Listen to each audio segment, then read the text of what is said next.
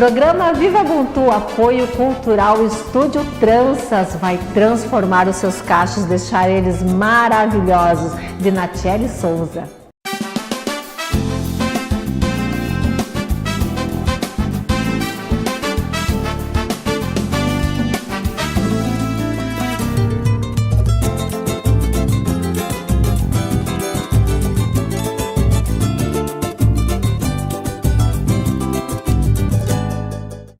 Programa Viva Ubuntu te recebendo aqui na TV Santa Maria, um programa que a gente trata, cuida, reconhece, valoriza a presença da comunidade negra em Santa Maria. Sabe aquele programa que é para a gente colocar a nossa população em evidência, para que você nos conheça um pouco mais, para que você possa saber aonde anda, o que faz em Santa Maria essa população e principalmente o quanto nós colaboramos para que Santa Maria seja a cidade que é. Nosso braço trabalhando, o nosso braço no desenvolvimento, na educação, em vários setores dessa cidade que faz ser Santa Maria a cidade que todos nós conhecemos. Só que muitas vezes a gente olha e pensa, mas qual é o negro empreendedor que a gente tem? Quais são os profissionais negros? E olha, nós temos muito, aos pouquinhos a gente vai trazendo aqui para você. Semana passada a gente trabalhou um pouquinho sobre o tema da nossa mulher negra, evidenciando o dia 25, que foi o dia destinado à população, à mulher negra latino-americana e caribenha. E hoje a gente vai continuar conversando sobre esse assunto, mas conversando um pouco mais de perto com uma professora maravilhosa, espetacular, que está aqui conosco, que é a professora Luíse da Silveira. E eu posso dizer, porque eu posso comprovar, que a professora Luíse tem a satisfação de me ajudar na educação técnica dos meus filhos. Então, assim, recomendo muitíssimo, depois a gente vai falar sobre isso.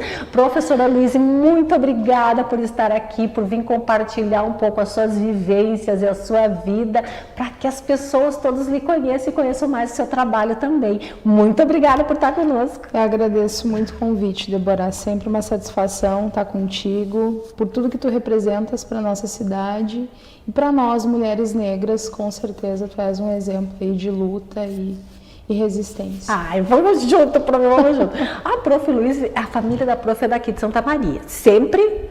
Sim, família toda de Santa Maria. A família da minha mãe tem uma história bem interessante. Meu bisavô nordestino casou com uma imigrante alemã que mal falava português e vieram ter os filhos no Rio Grande do Sul. E o meu avô se casou com uma mulher negra, que era minha avó, né? Filhos dessa relação desse nordestino com uma imigrante alemã, e vieram ter os filhos aqui no Rio Grande do Sul, e o meu avô casou com uma mulher negra, o pai da minha mãe, né? E a família do meu pai é uma família bem conhecida na cidade, que são os Messias. Uhum. E tem toda uma luta, a tia Marta, tem toda uma luta no movimento negro. Eu tenho muito orgulho dela, né, por ser a mulher que ela é também, por representar tanto na cidade. E é isso. Mas eu acho muito importante. Eu já conversei com a Marta, a gente já fez live juntas. Sim. E o trabalho dela foi muito importante. Mas eu acho que isso que tu colocas é um trabalho que vem na família. Sim. A família Messias é muito ativista em Santa Maria. Muito ativista, e tem toda uma construção. Eu fico olhando para a geração da tia Marta, que antecede a minha, e que abriu tantas portas para a minha. Inclusive a representatividade dentro da universidade. Então, assim, a geração dela abriu as portas para a minha geração.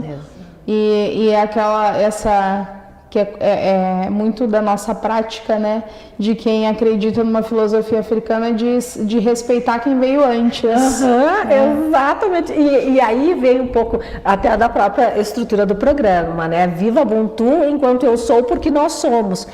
E aí, esse respeito a quem veio, aos ancestrais, e a gente pensa assim, o ancestral é uma coisa tão longe. Não, esses que vieram aqui, a geração passada que está aí, que abriu portas. Então, muitas vezes a gente olha assim, para nós, a gente está abrindo picada, mas eles que vieram, a picada estava mais fechada, né? Muito mais fechada, não tenho a menor dúvida. Para minha avó já estava, para a mãe da tia Marta.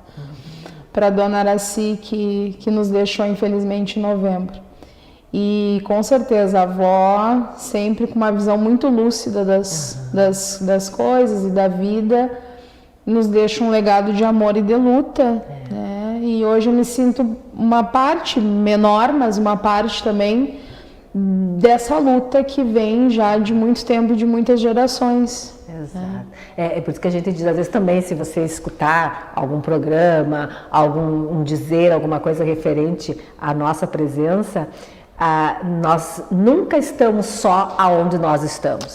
Com certeza não. A gente nunca está só. E por que a gente nunca está só? Porque ali estão conosco todas aquelas mulheres, né, e homens que estão com ali. certeza, com certeza. E a minha mãe não é uma pessoa, não é uma ativista, mas foi sócia do 13 de Maio, é uma mulher muito consciente do papel, principalmente da mulher negra nessa sociedade, que é uma sociedade machista, classicista. Então, também é minha grande referência e é uma pessoa que eu me espelho muito e que sempre priorizou o ensino. Exato. Aí que tá, prof. Como é que a senhora vai fazer a escolha, como é que tu fazes a escolha da educação para a tua formação, Luíse? Pois eu sempre fui uma boa aluna na escola, sempre fui uma boa aluna, mas eu fui criada, sempre eu era a aluna preta da sala de aula. E aí tinha no máximo 1 ou 2 colegas negros sempre. E aí a minha sobrevivência era através do estudo. Eu pensava que se eu tivesse notas altas, eu seria reconhecida por isso. Porque a construção da criança negra dentro da escola, da formação básica, ela é muito difícil. Porque os nossos professores não recebem na licenciatura informação suficiente para tratar da educação de uma criança negra. E não é tudo igual. Tem os processos de exclusão, você tem que saber a diferença entre bullying e racismo, entre ofensa e injúria racial, enfim, são questões que não são abordadas dentro da graduação. Então, a minha escolha pela educação foi uma questão de sobrevivência, porque eu queria um retorno imediato, porque eu sou filha da classe trabalhadora. Eu já sou uma resposta de um sistema que sempre coloca as mulheres negras na subalternidade como empregadas domésticas, e eu consegui burlar esse sistema e ter a oportunidade de estudar. E isso foi oportunizado pela minha mãe. Dizia, não, independente do que estiver acontecendo financeiramente nessa casa, primeiro a formação e depois o mercado de trabalho. E aí eu fiz a licenciatura, porque sempre nós vamos precisar dos professores. Eu sou formada em letras. Depois, muito tempo depois, fiz um mestrado em geografia, mas a minha formação, o que me faz professora e o que me faz feliz é a minha formação em letras, a qual eu sou extremamente grata. E essa escolha foi... O primeiro tem o susto na família, porque todo mundo, quando tu é um aluno razoável, vai fazer direito, vai fazer vai engenharia, vai fazer um curso de maior prestígio social. E eu escolhi a licenciatura porque educar, e eu não penso que é uma vocação, porque é trabalho árduo, formação, mas é um papel importante, é um papel social importante, e muitas vidas dependem da maneira com que eu conduzo a minha prática. Ai, Luíse, mas isso é muito, eu acho isso extremamente significativo, porque nós... às vezes a gente olha e diz assim, ou a área do direito é machista, é branca, é elitizada. Realmente é isso. E dentro das engenharias, a gente vê isso. Dentro do ensino, se a gente entrar numa escola pública no estado do Rio Grande do Sul, qual é a grande diferença de entrar num fórum? Nós vamos ver mais professores negros do que nós vamos encontrar advogados, delegados, promotores dentro do fórum, até concordo. Mas também nós não somos maioria dentro da educação no ensino. Isso pegando assim uma escola pública estadual. Não, se nós pegarmos uma escola pública privada, quantos professores negros nós vamos encontrar lá dentro? E qual é o reflexo deste não encontrar na educação daquelas crianças? É bem interessante, assim, eu tive 2 professoras negras ao longo de toda a minha formação. Na universidade não tive professores negros, eu vi uma fala de uma professora que é a Inocência Mata, que é uma professora portuguesa que era negra. Uma fala. E aí eu fiquei olhando assim, e é difícil quando você não... Essa questão de você ter alguém que represente você não é uma ideia pífia. É uma ideia que deve ser construída. Se eu olho para Beatriz e para Bianca, as minhas filhas, elas sabem que o lugar da mulher negra é no ensino superior, na pós-graduação, porque isso é a rotina delas. Elas foram criadas com a mãe fazendo faculdade, com a mãe estudando, com a mãe... Mas isso não é a realidade da maior parte das casas das meninas negras. Exatamente. Então, e justamente por isso, não tivemos professores negros, ainda há pouca representatividade na TV, na moda, enfim. E eu fico muito preocupada também na maneira como isso é comercializado hoje em dia pelo capital. Você vender esse status de negritude sem você entender de onde vem essa luta, isso fica extremamente superficial e panfletário. Exato. E aí não há uma mudança real nesse paradigma social que nos exclui. A gente continua dentro da exclusão. Então, e aí a professora está trazendo, não basta eu ter o shampoo e o condicionador para cabelos crespos.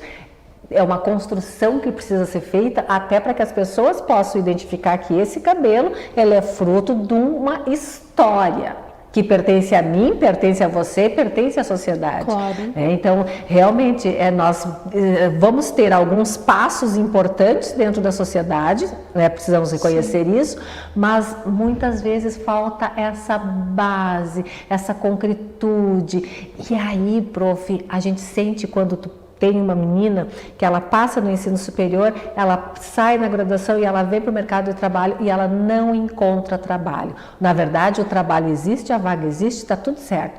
Porém, essa sociedade ainda não a reconhece como profissional qualificada para estar ali. E nós vamos continuar falando nesse assunto agora, depois do intervalo. A gente já volta.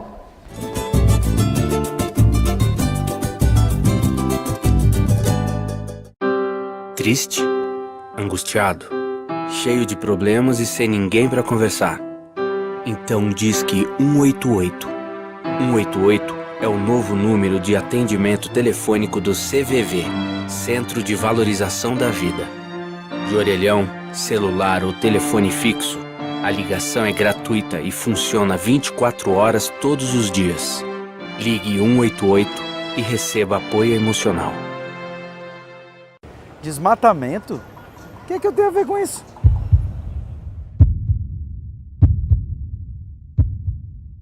Parou, né? Sai da cadeira, suja a mão de terra. Vamos começar esse reflorestamento? Nós. Faça florescer floresta. Vem fazer parte desse movimento de reflorestamento.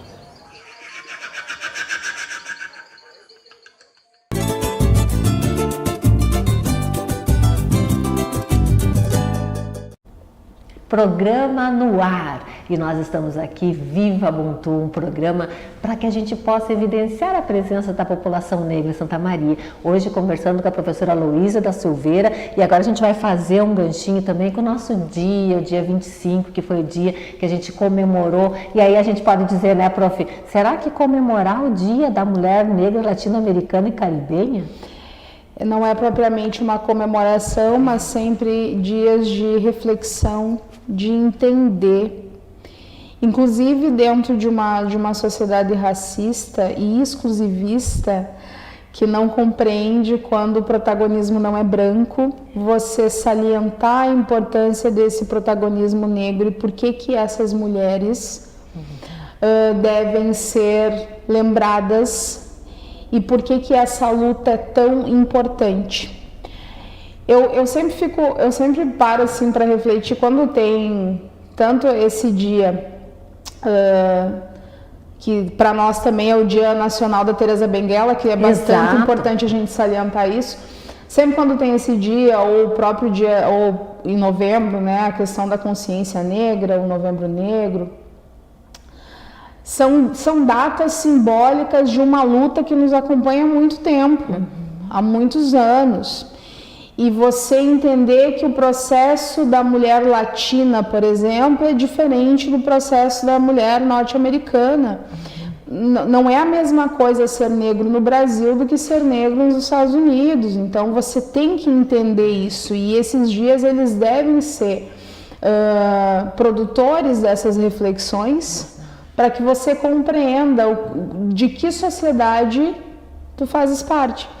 Nós falávamos da questão da formação, eu lembrei de um artigo que, se não me engano, foi assinado pela Bell Hooks, que dizia, isso na sociedade norte-americana, você entende muito bem quando você tem uma professora negra na educação básica, mas você não entende uma professora negra no ensino superior.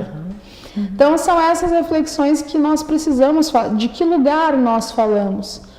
Somos várias, e por isso que eu gosto muito do termo feminismos e feminilidades, porque nós somos várias mulheres, vários tipos de mulheres. E não dá para unificar a mulher negra. Nós temos uma questão que nos une, que é a questão do racismo estrutural. Mas as nossas vivências e as nossas interseccionalidades, elas são plurais. E aí, essas datas, elas servem para relembrar isso. Que somos várias lutas. Tu tens toda uma luta dentro do direito, eu tenho toda uma luta dentro da licenciatura, aquela mulher que está lá no serviço braçal tem toda uma luta dentro daquele serviço, e tudo isso é que compõe quem nós somos, que tipo de mulheres brasileiras e negras nós somos. Então é importante a gente pensar nisso, nessa variedade, e que a luta ela é muito maior do que uma data e do que tentarem essencializar essa data como algo mais um dia. Não é. Exato, não é mais um dia. E aí a prof traz, e é importante porque a gente, no programa anterior a gente não fez, e aqui vamos fazer a referência. Lá no início, né, 1990, 92, teve um encontro de mulheres negras, latino-americanas e caribenhas. Isso foi 31 de julho, que foi colocado como se fosse o dia de marco pela luta da resistência e da valorização da presença dessas mulheres que estavam querendo o quê? Uma sociedade não racista, ou seja, uma sociedade antirracista e de maiores oportunidades, né? Então, essa foi a conotação, a criação deste evento que reuniu essas mulheres, e aí, então, a necessidade de ter-se um dia para relembrar e para trabalhar essa luta de todas elas. Entretanto, o Brasil não reconhecia esse dia 31 de julho como sendo o dia dessa luta. Então, com a Dilma Rousseff, em 2014, só em 2014, 2014. Sim, é que se institucionalizou, não o dia 31, mas o dia 25. E é isso que a prof traz, o dia 25, por quê? Porque é o dia de morte de nascimento, agora posso estar mentindo, de Teresa de Benguela, que foi uma líder revolucionária, quilombola, que defendeu durante 20 anos um quilombo ali no Mato Grosso, ali por Cuiabá, mais ou menos. Né? E era uma estadista. Era uma mulher que era comandada, claro, ela tinha o marido que já tinha falecido e ela comandou o quilombo. Né? Então, essa lembrança de colocar a data do dia da mulher negra latino-americana e caribenha faz a referência a este encontro internacional que aconteceu aqui na América Latina, mas foca em quem? Numa personalidade que é negra e que é brasileira, e que aí nos é negado, né, prof? É bem importante a gente pensar que não é à toa que esse encontro acontece em 1992, porque foi o ápice dos estudos interseccionais. E o ápice do início de um feminismo interseccional, que é um feminismo que olha para as mulheres negras e que compreende que nós temos o tripé gênero, raça e classe. Então, não é à toa que isso acontece. E não é à toa também que só se tem o reconhecimento dessa data e da simbologia que a envolve em 2014. Isso também é muito sintomático de um país que construiu a ideia de que somos todos iguais para mascarar o racismo. E esse racismo, ele é estrutural, ele é institucional, ele está em todos os lugares. Então, tem essa falsa ideia, nós temos aí uma falsa ideia de democracia racial e é preciso a gente sempre salientar isso. E aí, o reconhecimento dessas lutas aqui no Brasil, eles são tardios. Desde lá, o processo da escravização, a abolição, aqui foi tudo tardio, tudo por questões econômicas, onde a luta, o reconhecimento de quem também construiu essa sociedade sempre foi alienado e relativizado. E me incomoda muito. Às vezes a gente pensa assim, vamos fazer projetos para a comunidade negra, vamos fazer projetos, políticas públicas, enfim. E aí a gente bate na cultura. Adoro projeto cultural, adoro dança, adoro música, adoro tudo. Mas nós precisamos reconhecer que a necessidade é outra.